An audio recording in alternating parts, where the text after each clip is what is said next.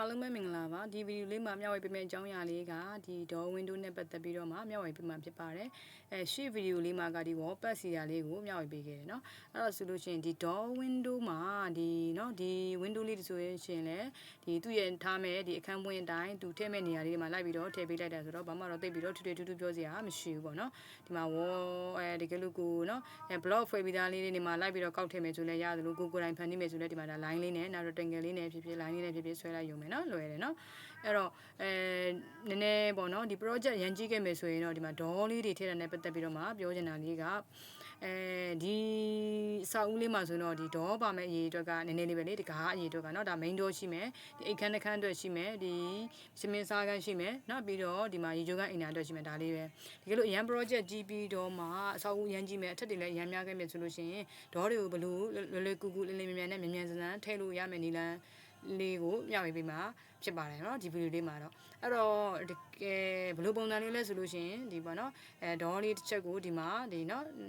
block ဖွဲ့မယ် block ဖွဲ့ပြီးရင် editor ထဲမှာထည့်ပြီးတော့ပြင်ထားမှာပေါ့အဲ့လိုပြင်ထားလိုက်ခြင်းအပြင်ဘယ်လိုလုပ်လို့ရမလဲဆိုရင်ဒီလိုမျိုးလေးပေါ့เนาะဒီမှာလာတော့လုပ်ပြီးသားလေးတစ်ခုပေါ့เนาะပြီးမှကိုเนาะတစ်ခုတော့နမူနာအနေနဲ့လုပ်ပြပေးမှာเนาะအဲ့ဒါဆိုလို့ရှိရင်ဒီမှာကိုပြင်ထားတဲ့ဒီ editor လေးပေါ့เนาะဆိုရင်ဒီမှာမြားလေးတွေပြနေမှာပေါ့เนาะပြင်ထားတာဘယ်ညာတကားရဖွင့်တဲ့ပုံစံလေးကိုဘယ်ညာပြောင်းလို့ရမယ်အထက်အောက်ပြောင်းလို့ရမယ်เนาะဒီမှာအနီရောင်လေးပြလို့ဆိုရင်ကိုကဒီမှာ click တစ်ချက်နှိပ်လိုက်ရုံပဲ left click နှိပ်လိုက်ရုံပဲเนาะ mouse ကနေမှာဒါဆိုရင်ကိုလိုချင်တဲ့လိုလေးတွေပြောင်းလို့ရတယ်ပေါ့เนาะအားကြောင့်မို့လို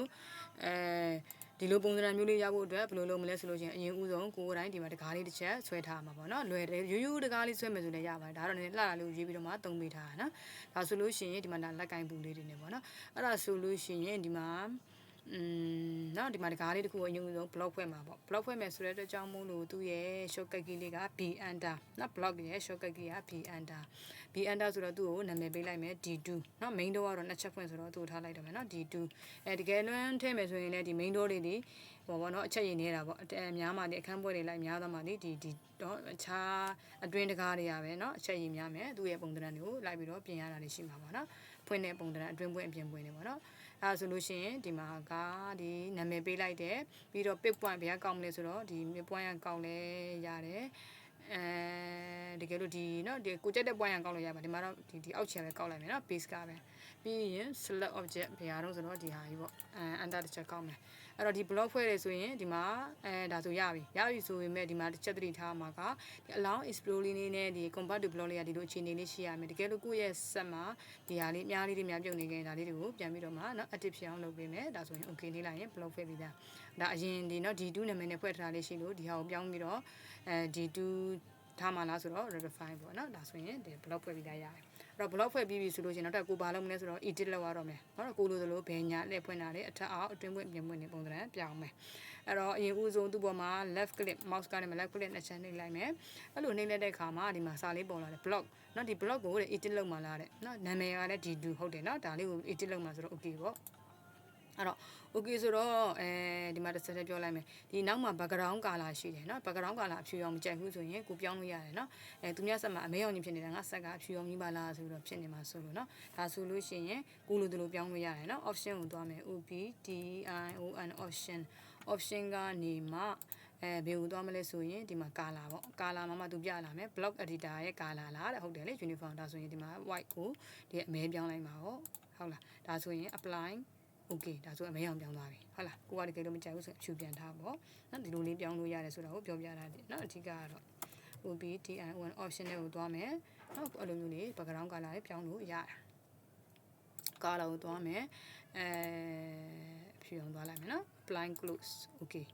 ဟုတ်ပြီနော်ဒါဆိုလို့ရှိရင်စပြီးတော့မှနော်ဒီကိုယ့်ရဲ့ဟွာလေးကိုဒီအခြေအနေနှစ်ရက်စထည့်မယ်နော်ဘယ်ညာဖွင့်တဲ့ပုံစံနဲ့ရှိမယ်အထက်အောက်နော်တကားရွက်လေးကိုပြောင်းလဲတဲ့ပုံစံနဲ့ရှိမယ်ဒါဆိုရင်အခြေအနေနှစ်ရက်ကိုသွားပြီးတော့ထည့်ဖို့ဆိုရင်ဒီ parameter လေးကိုသွားမယ်ထိပ်ဆုံးက parameter နဲ့မှ flip ဆိုတာကိုသွားမယ်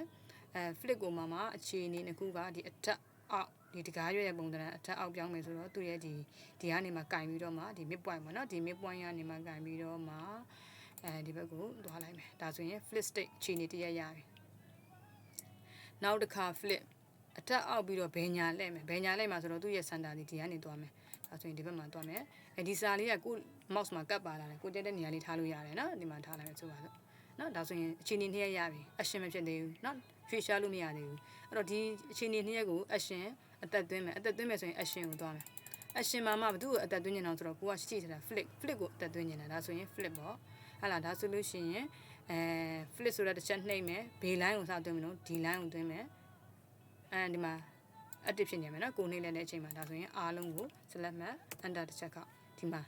နော် action လေးတစ်ခုပေါ်လာပြီဟုတ်ပြီနော်နောက်တစ်ခု flip ကိုပဲသွားမယ် action ဆိုတော့ရွေးထားတာနော် action ထဲမှာမှ flip နော် flip ကိုသွားမယ်ဒီအခြေအနေကိုအသက်သွင်းမယ်ဟုတ်တယ်နော် click နှိပ်လိုက်မယ်ပြီးရင်အားလုံး select ရွေးမယ် enter တစ်ချက်ခောက်မယ်ဟုတ်လားဒါဆိုလို့ရှိရင်ကျွန်တော်တို့ကဒီကနေမှထွက်လိုက်မယ်ဆိုရင်ဒါ action ဝင်သွားပြီပေါ့နော် close block editor save change ဒီလို action ထည့်ထားတဲ့ဟာကိုပြောင်းပြီးတော့ချိန်ပါလားတဲ့ရိုးရိုးခုနရိုးရိုး block ဖွဲ့ထားတဲ့ D2 ပဲထားမှာလားဆိုတော့ကျွန်တော်တို့ဒါသုံးညင်လို့လေ action ပါတဲ့ဟာကို save မှာပေါ့ okay ဟဲ့လားဒါဆိုရင်ကျွန်တော်တို့ဒီမှာဘာလို့လောက်ရပြီဆိုရင်ဒီမှာနော်ကိုကြိုက်သလိုပြောင်းလို့ရသွားပြီဟုတ်ပြီနော်ဒါဆိုရင်ဘယ်ညာလှည့်လို့ရသွားပြီပေါ့ဟုတ်လားဒါဆိုလို့ရှိရင်ကျွန်တော်တို့ဒီမှာစပြီးတော့ထည့်မယ်ဆိုပါစို့ဒါကတော့နော်ဒီစာအုပ်လေးအတွက်ကတော့မလုပ်နဲ့ရတယ်ပေါ့ဒါပေမဲ့ project အကြီးတွေအတွက်အစာအုပ်တွေထက်တွေအများကြီးအတွက်ကိုကျွန်မရည်ရွယ်ပြီးတော့မှဒီ blog ဖွဲ့တာရဲ့ editor တွေကိုပြောပြမျှဝေပေးတာဖြစ်ပါတယ်နော်ဒါဆိုရင်ဒီမှာတော့အရင်ဆုံးထည့်လိုက်မယ်လေ blog ဖွဲ့ထားတာဟာတွေကိုပြန်ပြီးတော့ခေါ်ထည့်မယ်ဆိုရင် i ဆိုတဲ့ shortcut key ကိုသုံးမယ် i enter သူ့ကိုသုံးမယ် okay ဒါဆိုရင်ဒီမှာဒီမှာနော်ကိုတက်တဲ့နေရာလေးရွေးချပြီးမှလိုအပ်တဲ့နေရာတော့လိုက်ပြီးတော့ move လေးနဲ့ပြောင်းပေါ့ဒီမှာထားမယ်ဆိုရင်နော်ဒါဆိုရင်ဒီဘက်မှာတကယ်လို့ကိုကဒီဘက်ဒီအပြင်ဝေါမှာချမယ်အတွင်းပွင့်ဆိုလို့ရှိရင်ဒီဘက်တစ်ချက်ဆွဲပေးလိုက်ရုံပဲပြီးရင် under နှစ်ချက်ခောက်ကိုယ့်ရဲ့လက်ဆင်းမှာတစ်ခါတည်းပါလာပြီလားနော် mouse ထဲမှာနှစ်ချက်ခောက်လိုက်တစ်ချက်ခောက်လေဆိုရင် okay ပြန်နှိပ်နေရတာနော်ဒါဆိုရင်ဒီတစ်ခါမှာကျတော့ဒီမှာထားမလဲနောက်ကျွန်မတို့ဒီမှာတကယ်ထားမယ့်နေရာကိုချတာမဟုတ်သေးဘူးဒီ insert နဲ့ခေါ်တဲ့ပုံစံလေးကိုပြောတာနော်အဲကြောင့်ဒီမှာချလိုက်မယ်နော်ဒါဆိုရင်ဒီဘက်မှာအတွင်းတကားမှာထားမယ်အတွင်းတကားမှာထားပြီးတော့အတွင်းဝေါပေါ့နော်အတွင်းဝေါမှာထားမယ်ပြီးရင်ဘာလုပ်လိုက်မလို့ဆိုရင်အောက်ကိုဆွဲချလိုက်မယ်ဒါဆိုရင်အပြင်ပွင့်လို့ရမယ်အတွင်းကိုထားရင်အပြင်ပွင့်ရမယ်အပြင်ဝေါမှာထားရင်အတွင်းပွင့်ရမယ်ဒါဆိုရင်အန်တာနှစ်ချက်ခောက်မယ်ဒီခါအပြင်ဝေါမှာထားမယ်အတွင်းပွင့်ပုံစံနဲ့ပြောင်းမယ်ဟဲ့လားဒါဆိုအတွင်းပွင့်ရမှာပေါ့ဟဲ့လားဒါကတော့ပြီးမှကိုယ့်အကို flip action နဲ့ပြန်သွားလဲရပါတယ်ဒါကစမဒီဝေါပေါ်ချတဲ့အနေအထားလေးကိုစဉ်းစားနေတယ်ဆိုရင်ပြောပြတာအန်တာနှစ်ချက်ခောက်မယ်ဒါအတွင်းဝေါမှာထားမယ်အပြင်ပွင့်ပုံစံနဲ့ထားမယ်ဒါအပြင်ပွင့်ရလာမယ်ဟဲ့လားဒါဥမာချတဲ့နော်ကို insert နဲ့ရိုးထည့်တဲ့ပုံစံနဲ့ဒီလို flip action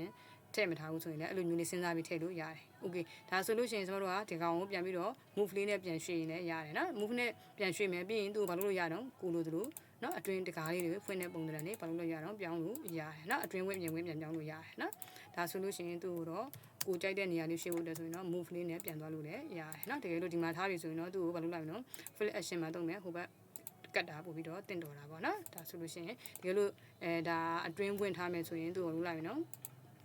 ပြန်ပြီးတော့ဒီဘက်လေးထားလိုက်မှာပေါ့ဒါဆိုလို့ချင်းเนาะဒီ blog ဖွဲ့တာရဲ့ editor blog editor နဲ့ပြင်တာလေးတွေကိုဒီ video လေးကိုဒီမှာပဲနားလိုက်မယ်เนาะနောက် video လေးမှာဆက်ပြီးတော့မှကျန်တာလေးတွေကိုမျှဝေပေးသွားမယ်เนาะအားလုံးကိုကျေးဇူးတင်ပါတယ်